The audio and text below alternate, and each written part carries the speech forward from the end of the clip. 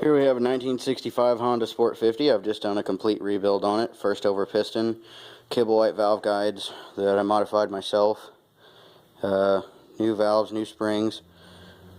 Bottom end seemed okay. The top end was really what took the brunt of the damage. It has 8,733 original miles. And this is from absolutely dead cold. Has not been started today. Turn the key on. Turn the gas on. And voila. And that's with no choke.